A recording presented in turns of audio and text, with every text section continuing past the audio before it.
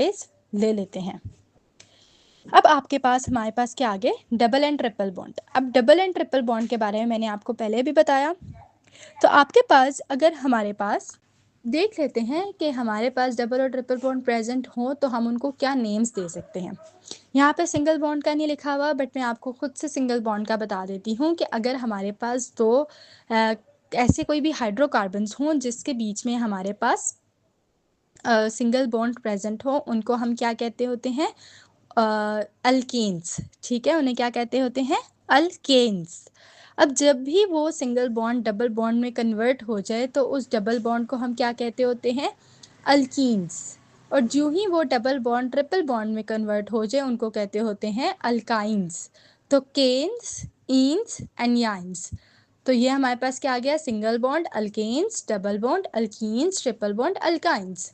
अभी double triple single bond कहीं भी प्रेजेंट हो सकते, सिंगल तो ऑलरेडी हमारे पास सारे बॉन्ड सिंगल होंगे, लेकिन एक लंबी सी चेन है जिसमें 10 कार्बन प्रेजेंट है और 9th कार्बन पे डबल बॉन्ड प्रेजेंट है, तो ऑटोमेटिकली वो क्या हो गया हमारे पास, उसमें एक अल्कीन है और बाकी सारे अल्केन्स हैं। ठीक हो गया। अब हम लोग देखते हैं कि हमारे पास कुछ टेस्ट आते होते हैं।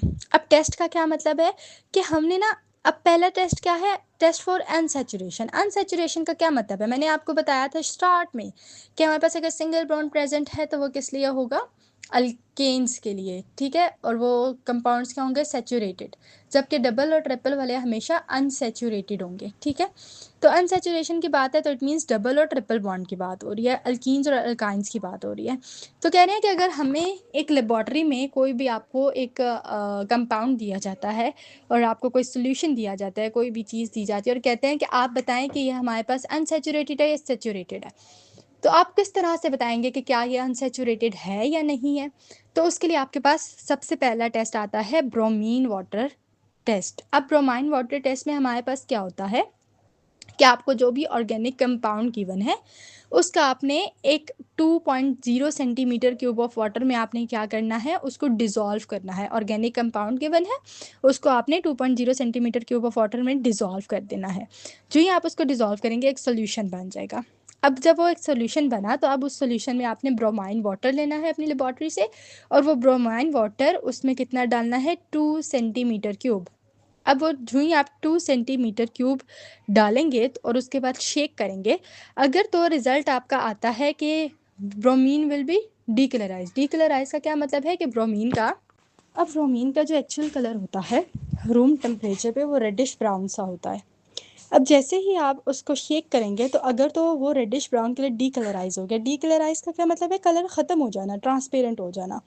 तो अगर वो ट्रांसपेरेंट हो गया तो आपको यहाँ से पता चल गया कि ये हमारे पास अनसैचुरेटेड कंपाउंड है जो कि गिवन है। तो आप इजीली एग्जामिनर को बता सकते हैं कि ये हमारे पास अनसैचुरेटेड कंपाउंड है। Then Baeyer's test. Baeyer's test में हमारे पास क्या होता है कि आपको जो भी अगेन ऑर्गेनिक कंपाउंड गिवन है उसको आप लोग वाटर में डिज़ोल्व करें, 0.2 ग्राम इस पर डिज़ोल्व करना है। ठीक है, अब आपने जो ही वो डिज़ोल्व किया और उसमें आपने अल्कलाइन की MnO4 के 2 to 3 ड्रॉप्स डालने हैं।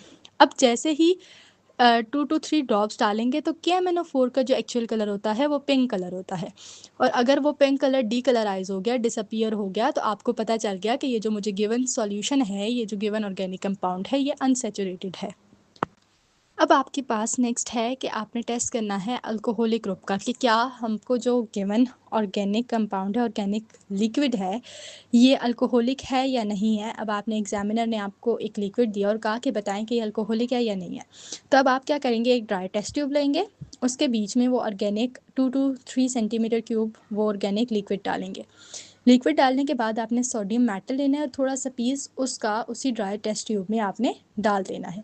जैसे ही डालेंगे तो आपके पास गैस इवॉल्व होगी। अगर तो वो गैस हाइड्रोजन गैस है तो आपको पता चल जाएगा कि हमारे पास जो गिवन लिक्विड है ये क्या है, अल्कोहलिक है। देन हमारे पास ईस्टर फॉर्मेशन टेस्ट। अब ईस्टर फॉर्मेशन टेस्ट का क्या मतलब है कि हमारे पास गिवन जो है वो ईस्टर है या नहीं है। तो इसमें आप क्या करेंगे कि आप 1 सेंटीमीटर क्यूब जो भी आपके पास ऑर्गेनिक कंपाउंड गिवन होगा उसको क्या करेंगे, हीट करेंगे। और किसके साथ हीट करेंगे, इसमें एक और चीज़ आप ऐड करेंगे, एसिटिक एसिड। हीट करने के बाद इन दोनों को आपने क्या करना है, इसमें आपने sulphuric concentrated sulphuric acid H2SO4 इसको आपने क्या करना है 1 to 2 ड्रॉप्स ऐड करने हैं। जैसे ही ऐड करेंगे और जो उसमें से इवॉल्व होने वाली स्मेल है वो स्मेल फ्रूटी सी हुई, फ्रूटी सी क्या, स्वीट स्मेल हुई, फ्रूट्स की जिस तरह की होती है। तो अगर वो स्मेल फ्रूटी सी हुई तो आपको पता चल जाएगा कि आपके पास क्या है, ईस्टर है।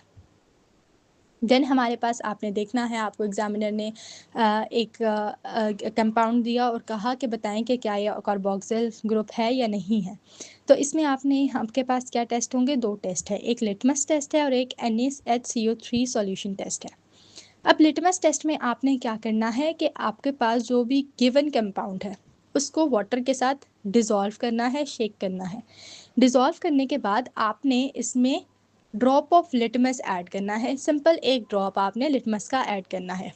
लिटमस में आपने ऐड करने के बाद देखना है, अगर आपके पास जो गिवन सॉल्यूशन है, जो भी आपके पास इन दोनों को मिक्स करने से सॉल्यूशन बना, अगर वो रेड कलर का बनता है तो आपके पास इस चीज़ की ये प्रिडिक्शन है कि आपके पास कार्बोक्सिल ग्रुप है ये। देन आपके पास NaCH3 सॉल्यूशन टेस्ट किस तरह से देता है कि इसमें आपने, अब आपको जो भी कंपाउंड गिवन है उसमें ऐड करना है आपने 5% NaHCO3 का सॉल्यूशन। अब 5% उसमें होनी चाहिए NaCHO3 और उसमें सॉल्यूशन बना होना चाहिए, और ये लेना कितना है आपने, 2 सेंटीमीटर क्यूब। अब आपने इन दोनों का मिलकर सॉल्यूशन बना लिया। सॉल्यूशन बनाने के बाद अगर तो आपके पास कार्बन डाइऑक्साइड इवॉल्व होती है तो आपको पता चल जाएगा कि यहाँ पे कार्बोक्सिलिक ग्रुप है और कार्बोक्सिलिक कंपाउंड। तो स्टूडेंट्स, आज हम लोगों ने ये कुछ फंक्शनल ग्रुप्स पढ़े, इनके टेस्ट पढ़े, ऑर्गेनिक कंपाउंड्स पढ़े, हाइड्रोकार्बन्स पढ़े। हाइड्रोकार्बन्स अपने नेम से गिवन है कि हाइड्रोजन और कार्बन्स के जब एक लिंक बनता है, बॉन्ड बनता है, तो उनको हाइड्रोकार्बन्स कहते हैं। तो ये सब कुछ आपने पढ़ा है, समझा है। यही चीज़ें आपको आगे भी जितने टॉपिक्स हैं उनमें फर्दर हेल्पफुल होंगी। ओके स्टूडेंट्स, थैंक यू, अल्लाह हाफिज़। Kindly subscribe our channel and press the bell icon.